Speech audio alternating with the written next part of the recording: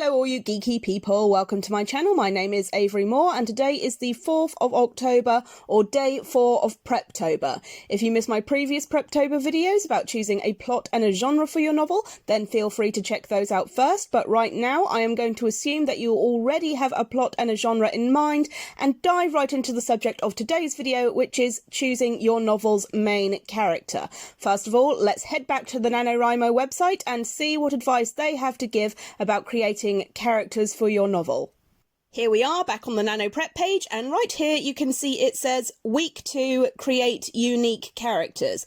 We don't really have a whole week to spare on the subject anymore, but don't worry, I promise that you guys will have an awesome cast of characters ready for when NaNoWriMo begins. So if we look at the resources, we have character development and questionnaires, that's very useful. 51 questions you've probably never asked your character, a character generator, an adopt a character forum, a few blog posts to read, all good stuff there to help you create some really awesome, unique characters. I will put a link in the description if you want to check those resources out. So, what advice do I have to give? Well, I'd say that of all the many aspects of your novel, your main character is going to be the most important part of all. An interesting plot will draw the reader in. Some interesting world building will grip the reader's imagination. But honestly, if your readers do not care about your main character, then it is all pointless. You could have the most incredible, action-packed, nail-biting, edge-of-your-seat excitement going on, but if your readers don't care about the characters, then it won't make them excited.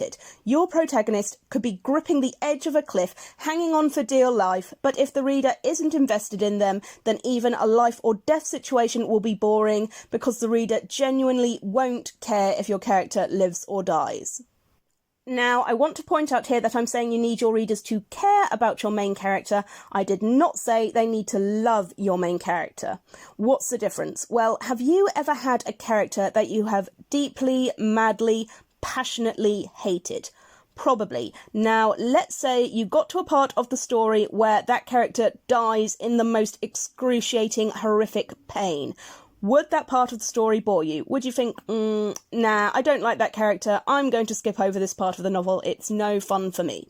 No, because even though you hated the character, you certainly cared about them, or at least you cared about what they did and you cared about what happened to them, because reading about them made you feel an emotion. That emotion might have been hate, but it was an emotion, and that made you invested and it made you care. You do not necessarily need to write a character that the readers are going to love. What you do need to write is a character that your readers are heavily invested in. It could be a character they love, it could be a character they hate, it could be a character they love to hate. Whoever your character is, the readers need to care about what's going to happen to them. So, how do you write a main character that your readers are going to care about? Well, my advice for that is very similar to my advice for choosing a plot, which is figure out what you love already. Take a look at all of your favourite books, movies and TV shows and make a list out of which characters you cared about the most. Which characters did you love? Which characters did you hate? Which characters made you laugh? Which characters made you cry? Now, once you have that list, start asking yourself, why do I care about these characters? What is so special about them? What do they have in common? Figure out what kind of characters you care about the most and why it is you care about them. With that done, you need to decide on a few key character traits that you know make you care about a character, and then develop a main character based around some of those traits. For instance, let's say you took a look at all of your favourite characters and figured out that the main thing those characters have in common is that they're all really funny. Well, if that is the case, then maybe your protagonist should be a really funny character. Somebody who is going to make the readers laugh all the time. On the other hand, if you discovered that the majority of your favourite characters are quite depressing characters with really tragic backstories, then maybe that's who the main character should be. Somebody who is shrouded in pain and tragedy. Let's come up with a couple of adoptables based on those character types. We'll start with a tragic character first of all. So let's say there's this guy. He's a relatively decent guy with a decent life. He's a loving husband and father. He's got a job that keeps a roof over their heads and food on the table. Just an all-around normal guy. The only thing that sets him apart from your average Joe is that every now and then he wakes up in the middle of the night screaming. His wife will try to comfort him and ask him what he was dreaming about, but he can never remember. This goes on for years until one day he wakes up in the middle of the night and finds that he has his hands around his wife's throat and is strangling her to death. Luckily, he lets go before she actually dies. He is very apologetic. He calls an ambulance for her, but the wife is understandably very upset. She doesn't feel safe around him anymore, and after she is released from hospital, she packs up the kids in her car and goes to stay with her parents. After this, the guy's life just falls apart. Word about what happened gets around, and eventually the guy is let go from his job because his boss and all of his co-workers think he deliberately tried to murder his wife. While the wife believes him that it was an accident, she does eventually send him divorce papers, saying that while she doesn't blame him for what happened, she doesn't feel safe around him anymore and she can't stay married to a man who she is afraid of. This poor guy has lost everything, all because of terrible nightmares he has been having that he can't even remember. And so he decides he can't ignore this anymore. He has to talk to a therapist. He has to get in touch with people from his past, and he needs to figure out what happened to him that is causing these nightmares. As to what is actually causing the nightmares, I will leave that part up to whoever wants to adopt the character. Go nuts, make it something really depressing.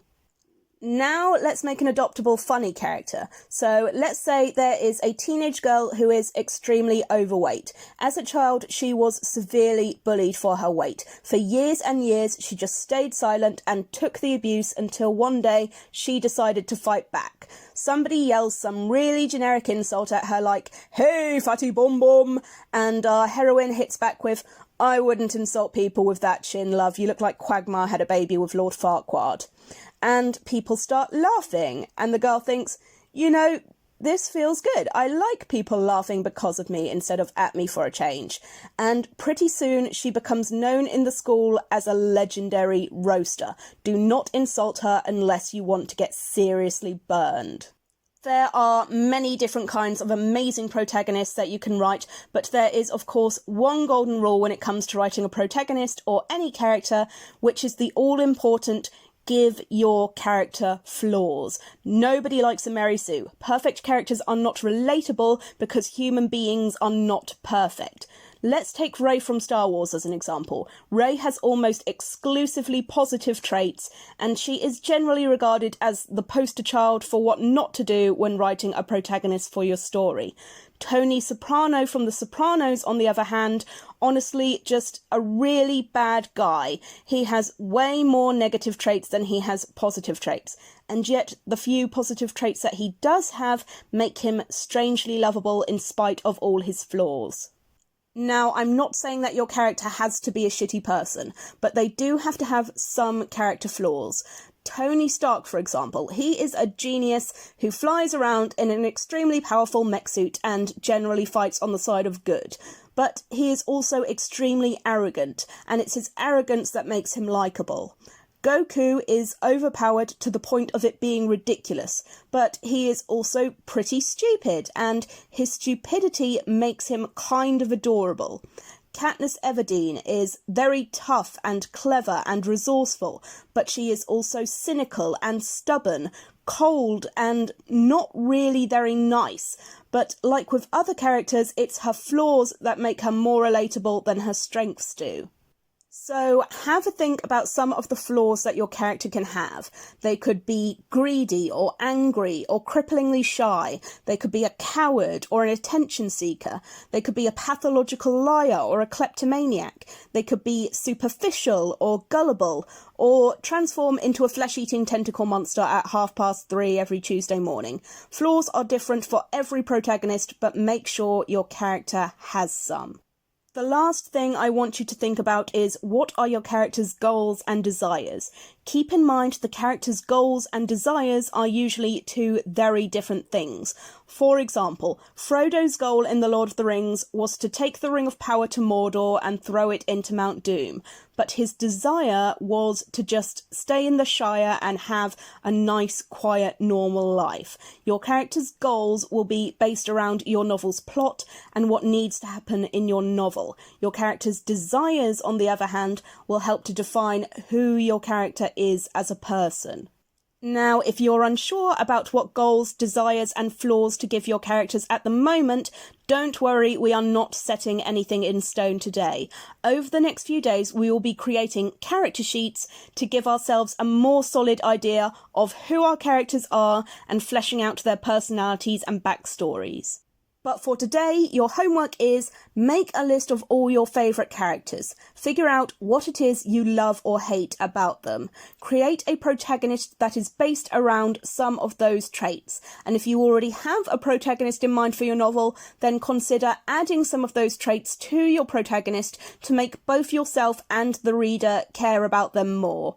If your story has multiple protagonists like Game of Thrones, then you have your work cut out for you, because you don't only have to do all of the above for one character, you have to do it for lots of characters, so good luck with that.